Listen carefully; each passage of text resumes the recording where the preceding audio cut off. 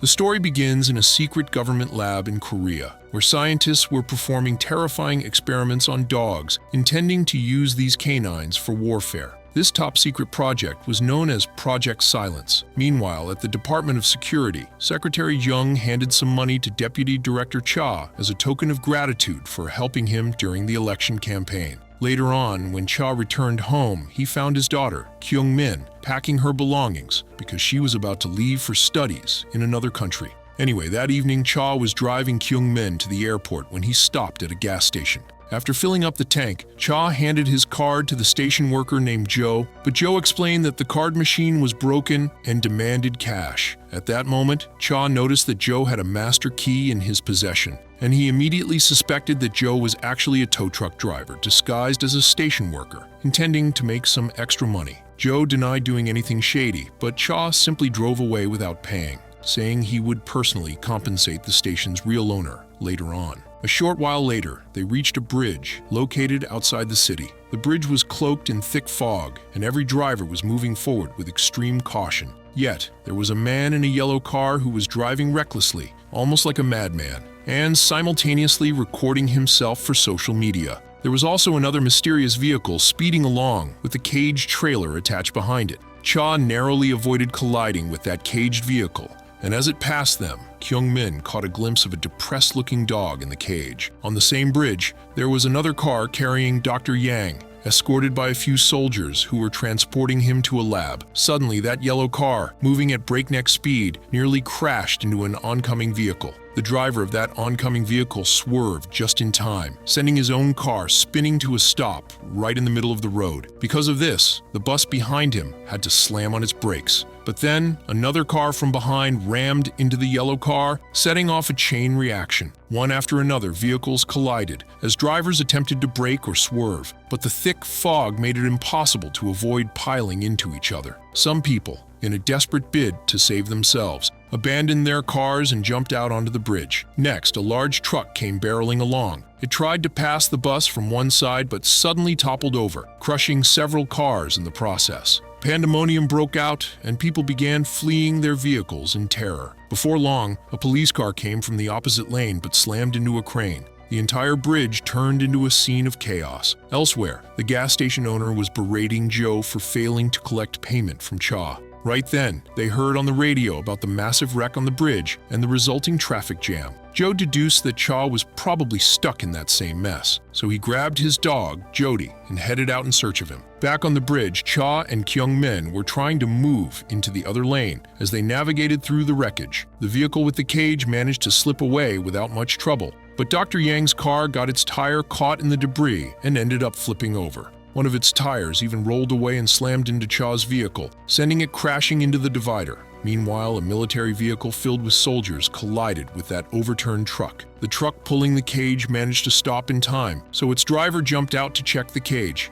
Nearby, Kyung-min suggested to Cha that they should get out and try to help others, but Cha told her to remain in the car while he stepped outside. The soldiers were able to extract Dr. Yang alive from his overturned car, but he was deliriously muttering something about the dogs. Cha stayed with Yang while the soldiers ran to check on the cage. However, they found it already open, and the driver inside it was dead. Seeing this, the commanding officer immediately ordered all phone signals on the bridge to be cut off. Cha was guiding Yang toward his own car to seek help, but when he tried to call someone, the signal suddenly vanished. Everyone else on the bridge discovered their signals had also dropped. Within moments, Cha realized that Kyung-min was no longer in the car. The truth was that Kyung-min had wandered off, following a strange sound that led her to a fearsome dog called Nine, which was inexplicably banging its head against a fence. Kyung-min tried to calm it by offering some food, but right at that instant, Cha arrived and quickly pulled her away, allowing Nine to flee. Meanwhile, the soldiers informed Yang that all the dogs had escaped, so he needed to activate the control program immediately.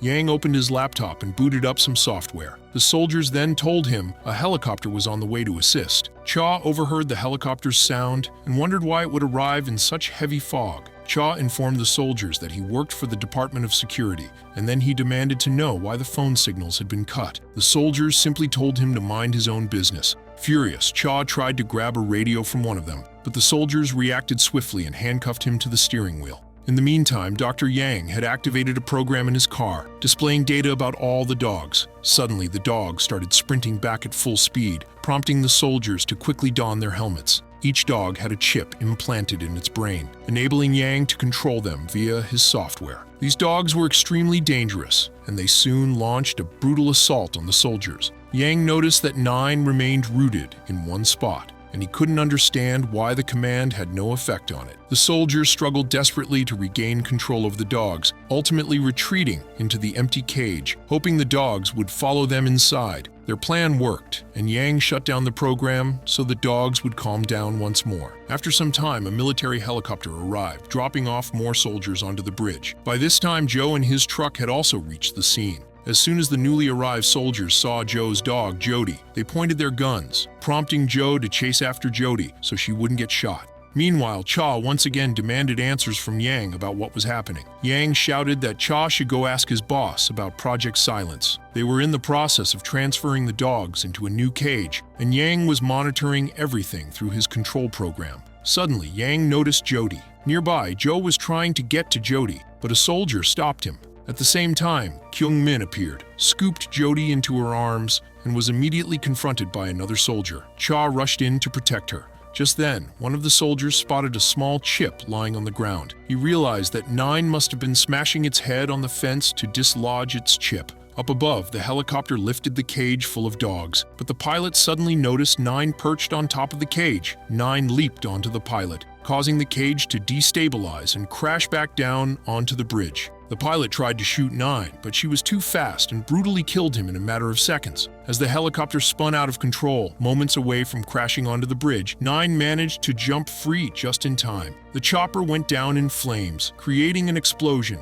that made all the dogs in the cage howl like mad. Ultimately, they broke free of the cage once again. Seething with rage, they unleashed savage attacks on the nearby cars and people. Bodies fell everywhere, plunging the bridge into total panic. One dog attempted to attack Yang, so Yang hurled his laptop at it. The dog sank its teeth into his pants, but Cha intervened at the right moment, saving Yang's life. Almost immediately, a soldier arrived and tried subduing the dog with an electric prod, but another dog lunged at that soldier and killed him on the spot. Cha noticed a different dog rushing toward them. He hurriedly led Kyung-min, Joe, and Jody away. Nearby, a girl named Yora realized her sister Miran was trapped in the chaos. A dog was about to pounce on Miran when Yora grabbed a golf club and delivered a forceful blow, rescuing her sister, and they both fled. Joe managed to reach his truck, only to find another dog waiting there, so he darted away again. Elsewhere, Yang found a car that was still operational and signaled Cha and Kyung-min to jump in. As they drove off, Kyung-min asked him to stop when they saw Joe and Jody. They barely managed to get Joe and Jody into the trunk before the dogs could catch them. In another section of the bridge, a group of survivors huddled inside a bus. Cha and his companions noticed pieces of the wrecked helicopter still falling here and there. Suddenly, part of the debris ignited some gas leaking from a truck, sealing off the path forward with a wall of flames. A burning car exploded without warning, sending wreckage hurtling toward Cha's vehicle and shattering its windshield. This caused Cha to lose control of the car, and they crashed into the divider. Elsewhere, Jung was trying to organize a rescue for those trapped on the bridge, but due to the thick fog, helicopters couldn't fly there, and since the bridge was so high up, sending ships wasn't feasible either. Still, he informed a reporter that every effort was being made to conduct a rescue operation. Back on the bridge, Cha grabbed Yang's radio, desperately trying to call for help, but no one responded. Suddenly, one of the dogs jumped onto their car, but immediately moved away after sniffing around. At this point, Yang revealed that he had experimented on the dogs, training them to obey human commands. However, the military had forced him to alter the programming, so the dogs would hunt down targets instead, targets labeled as threats. They intended to sell these dogs to the USA and various European countries for use against terrorists. But the project didn't succeed because the dogs became extremely aggressive and lethally dangerous. The military now saw no further need for these dogs and planned to dispose of them. Shortly afterward, Cha managed to connect with Jung on the radio. Jung instructed Cha to head back to the center of the bridge because the burning truck was releasing toxic gases. Cha then informed Jung about Project Silence, pointing out that even a government minister was involved, and that he, Cha, had the evidence to expose the minister's true face to the public. But Jung stopped him, noting that the Department of Security itself was part of the project. Right at that moment, more dogs surrounded Cha's car. Abruptly, another car exploded a short distance away, scaring off the dogs, but now toxic gas began seeping into their own vehicle. Fortunately, the bus approached in time, and they quickly covered their faces, hurried out of the car, and took shelter inside the bus. Moments later, the fire near the helicopter wreckage caused a powerful blast, partially severing the bridge at its midpoint. Several cars plunged into the ocean, but the bus managed to pull back just in time. Not far from there, dog number 9 had started regrouping the rest of the dogs. Inside the bus, once everyone had a chance to catch their breath, Cha disclosed that he worked for the Department of Security. He explained to the other survivors that the dense fog was preventing additional security forces from reaching them and assured them that rescue would arrive soon. Cha then lied to them, claiming that the dogs had rabies, that they had gone insane, and that the truck explosion had knocked out phone signals, hence the ongoing attacks. People were skeptical, but Joe backed Cha up, so everyone accepted the explanation. Shortly afterward, Joe found an empty liquor bottle lying around. He pocketed it and asked to speak to Cha in private. Joe wanted the payment from the gas station, but Cha told him to keep quiet, promising to give him more than enough money later. A SWAT team soon arrived on the bridge, heading straight for the people trapped in the bus. When asked, they said they hadn't encountered any dogs. Cha tried to radio Young, insisting that leaving the bus might be a grave mistake, given the danger lurking outside. But Young responded that the soldiers would protect them, so the group evacuated the bus and attempted to cross the bridge on foot, passing through areas littered with bodies. Suddenly, Yang spotted a dog sprinting in the distance, and he backed away, accidentally knocking against a car, which set off its alarm. Instantly, the alarms of several nearby cars blared to life as well, prompting the soldiers to investigate. In truth, these dogs had grown extremely clever due to the experiments, and they had triggered the car alarms intentionally to lure the soldiers closer. As soon as the soldiers advanced, the dogs attacked with lethal precision. The dogs aimed first at the soldiers' guns, ensuring that if shots were fired, the bullets could easily miss them and hit someone else. During this pandemonium, Miran took a stray bullet to the leg, and Yora ran to her aid. The dogs mercilessly tore through the soldiers. In the chaos, a woman named Sunak, who suffered from a memory disorder, suddenly approached one of the dogs to pet it affectionately. In response, the dog bit her, causing her to collapse on the ground. A random gunshot rang out, frightening the dog away. Meanwhile, a dog lunged at Cha, knocking him down. From his vantage point on the ground, Cha noticed Joe hiding under a car. Jody barked, drawing the attacking dog's attention, and Joe seized that moment to slip away. Cha dashed over to protect Kyung Min, who was struggling to free her backpack from a dog's grip. Cha shouted for her to drop the bag if she wanted to survive, but she refused because the bag contained the last book her mother had ever given her. Cha forcibly pulled the backpack away from her and dragged her aside. As the dog turned toward them, a soldier shot it. Cha and Kyung Min ran back to the bus, hiding in the luggage compartment. However, Cha soon realized his radio was lying outside on the ground, so he crept out again. He quickly retrieved the radio, picked up Kyung Min's bag, and also grabbed a gun.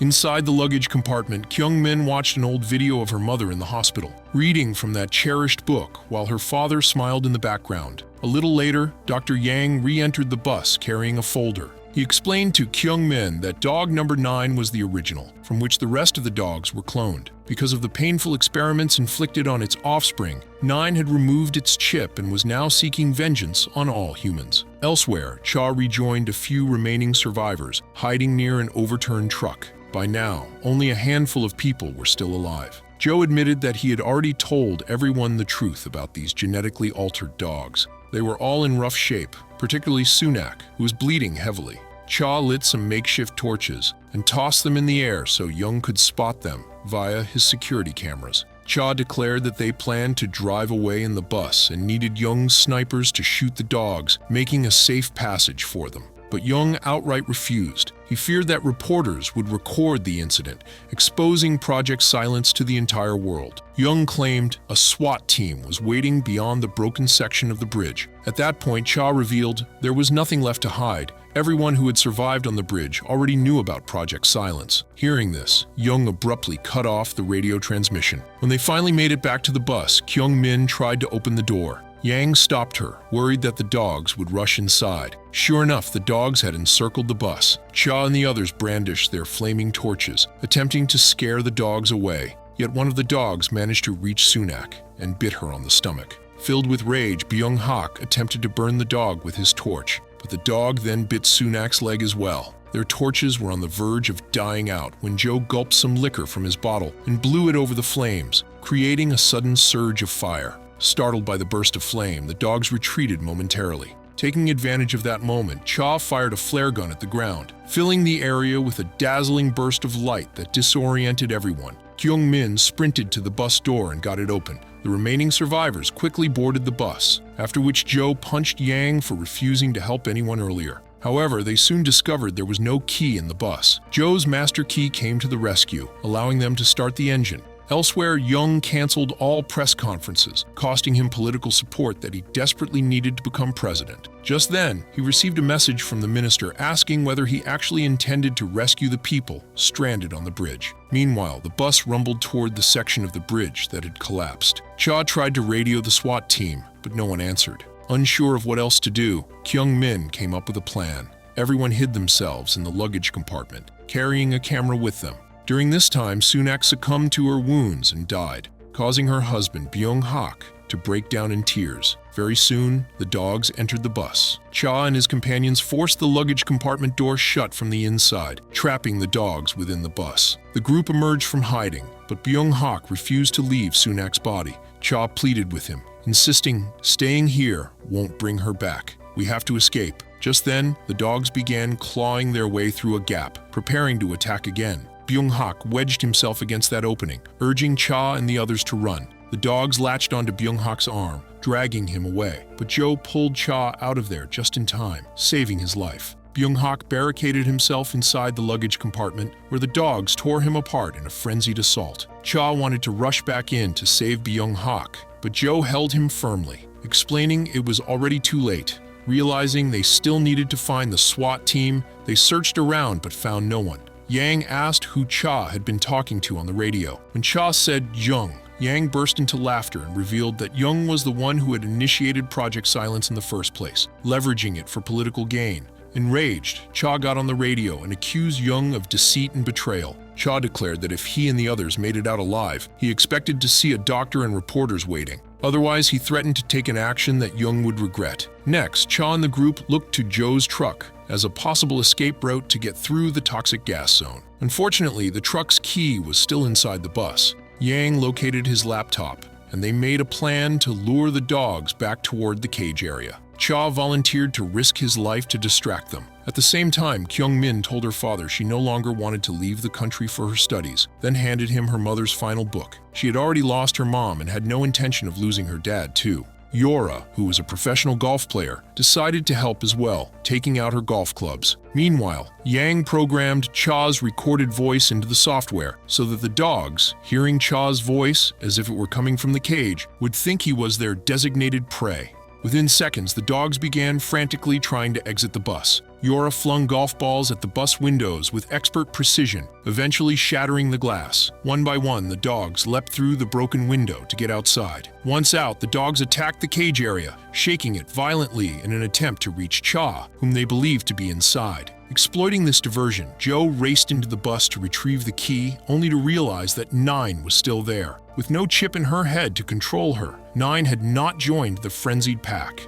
Overcome with dread, Joe dashed out of the bus toward the truck, where the others were waiting. But Nine gave chase, and the moment she spotted Dr. Yang, she lunged at him viciously. In self-defense, Yang raised a stun baton to shock her, but suddenly the bridge shook on its own, causing Nine to back away. Another section of the bridge was breaking apart, and in moments, the cage and several vehicles were on the brink of plummeting into the sea below. Desperate to protect her children, Nine tried to intervene, but it was already too late. She spotted one of her dogs trapped under the debris and attempted to free it. The cage, too, began sliding off the edge. At the last second, it got wedged against the far lip of the bridge. Joe and the others arrived in the truck, but Cha warned them to keep their distance, as the extra weight of the truck could cause the bridge to collapse completely. Resigned to his fate, Cha sat there, recalling memories of his late wife and flipping through her book. Suddenly, he saw Kyung-min coming toward him with a towing hook. He frantically shouted for her to stay back, fearing the dogs might attack at any moment. However, Nine didn't attack Kyung-min, possibly because she remembered that Kyung-min had once offered her food.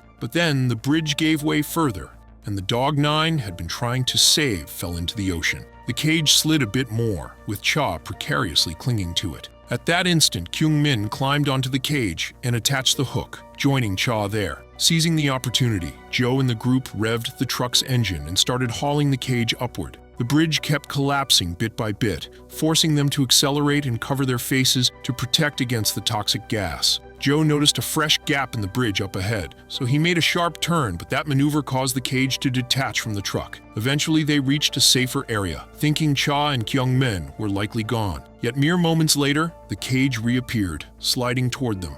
In the end, both Cha and Kyung-min clambered into the truck with the others. Cha told Joe he would make sure Joe received a medal for his bravery. They finally reached the end of the bridge, where ambulances and reporters awaited them. Jung was there to greet them, but Cha strode up and punched him in the face without hesitation. He then threw the money Jung had given him onto the ground, revealing the truth about Project Silence right in front of the reporters. Yang also presented evidence, playing his recorded proof. In the end, Cha told Kyung-min there was no need for her to go abroad, and that he was relieved she wanted to remain by his side. Meanwhile, we see that 9 has managed to emerge alive from the ocean, bringing along her last surviving clone. Glaring back at the remains of the bridge where all her other children perished, 9 once more resolved to exact her revenge. So, how did you find this hair-raising tale? Don't forget to let us know in the comments.